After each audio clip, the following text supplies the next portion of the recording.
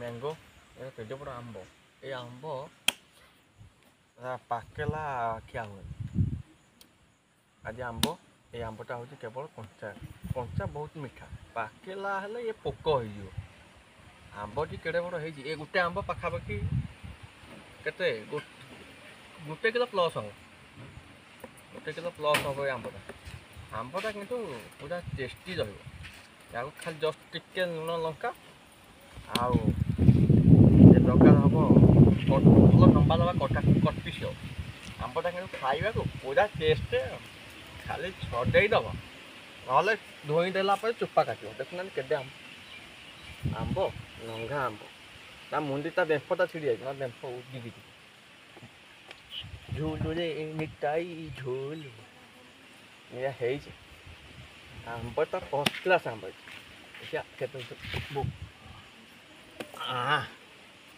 बढ़िया है आंबटा कि आंब कहीपर किंतु यहाँ आम कौ किसम आंब कि आम घर को कुणिया आसते तेणु से जो से आंबटी आंबटी आनी मुझे पचारिनी कितु भी आंबटा कंचा खिया कंचा खाइब कि आंबटी बहुत भल लगे यहाँ किंतु कंचा काटा हम कि आम पाखे खाइबा को एडे बड़ आम खाई पारे एडे बड़ आंब एडे बड़ आंब मुझे खाई मुझे आंब खाए एडे बड़ आंब दी पिस खाइला मो पेट न